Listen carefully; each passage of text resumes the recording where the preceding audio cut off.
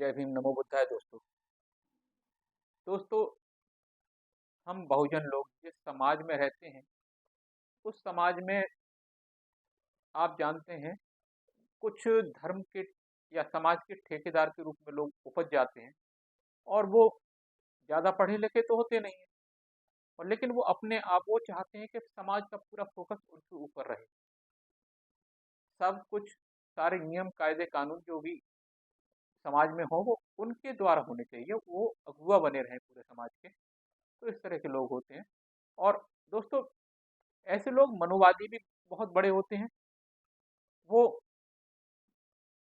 बुद्ध के प्रवचनों में बढ़ चढ़कर भाग लेते हैं, लेकिन वो वैदिक त्योहारों को भी उतनी ही तेजी से, उतनी ही स्वाभाविकता से भाग लेते हैं। उनके वो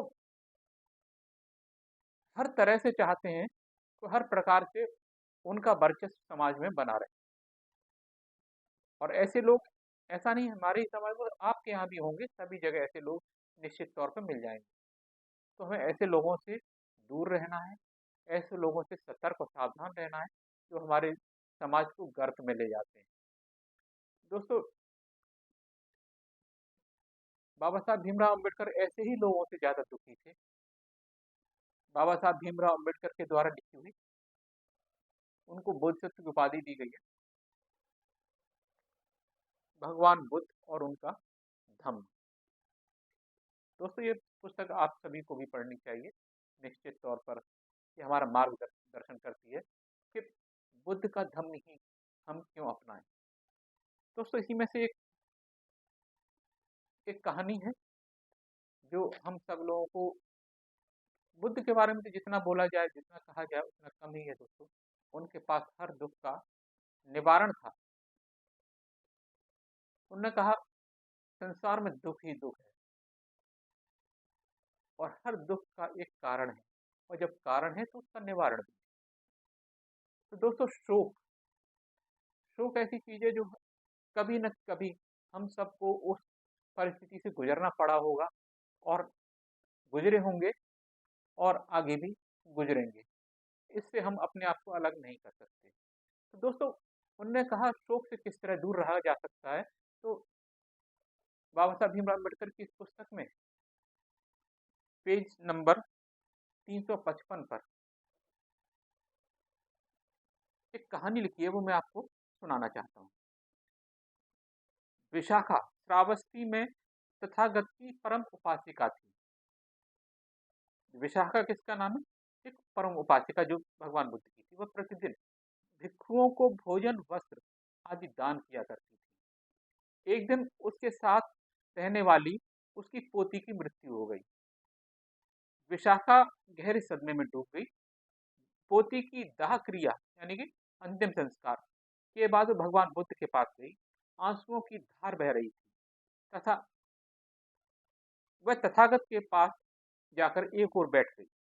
तथागत ने पूछा, विशाखा तू रो रही है, बहुत दुखी और शोक में है, आखिर क्या हो गया? विशाखा ने अपनी पोती की मृत्यु की बात बताई और कहा, मेरी पोती मेरी बहुत लाडली और आज्ञाकारी थी। अब उसके जैसी लाडली पोती मैं कहाँ से लाऊं? वैसी मिल ही नहीं सकती। तथागत ने पूछा, श्रावस्ती में कुल कितनी लड़कियां होंगी? उसने कहा, भगवान, लोगों का कहना है लाखों, और ये वे सभी तुम्हारी पोतियां हो तो क्या तुम उनको प्यार नहीं करोगी?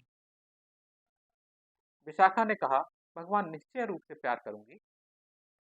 और श्रावस्ती में हर दिन कितनी लड़कियों की मृत्यु होती होगी? भगवान ने पूछा। उसने कहा, भगवान, अनेक की। विशाखा, तब तो तुम्हें हर क्षण किसी न किसी के लिए शोक करना पड़ेगा। भगवान, यही सत्य है, विशाखा ने उत्तर दिया। तब क्या तुम दिन रात रोते हुए अपना जीवन गुजारो? भगवान, आपने मुझे अच्छी तरह समझा दिया है और अब मैं सच्चाई समझ गई हूँ। तब विशाखा ने उत्तर दिया। तो भगवान ने कहा, विशाखा, तो अब शोक मत करो और दुखी मत हो। तो दोस्तों, शोक से दूर रहेंगे, निश्चित तौर पे देखिए, हमारे परिजन, हमारे करीबी, हमारे रिश्तेदार, ये जीवन एक सत्य है, और जिस जिस तरह से जीवन सत्य है, उसी तरह से मृत्यु भी सत्य है।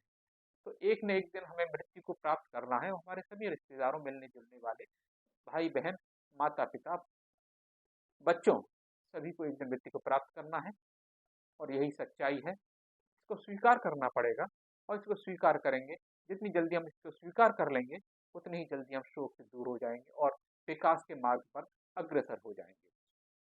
तो दोस्तों, मेरा यही कहना था, भगवान बुद्ध के विचारों के हिसाब से चलते रहो, और प्रगति के मार्ग पर अग्रसर होते रहो। तो दोस्तों, यही आज का वीडियो था।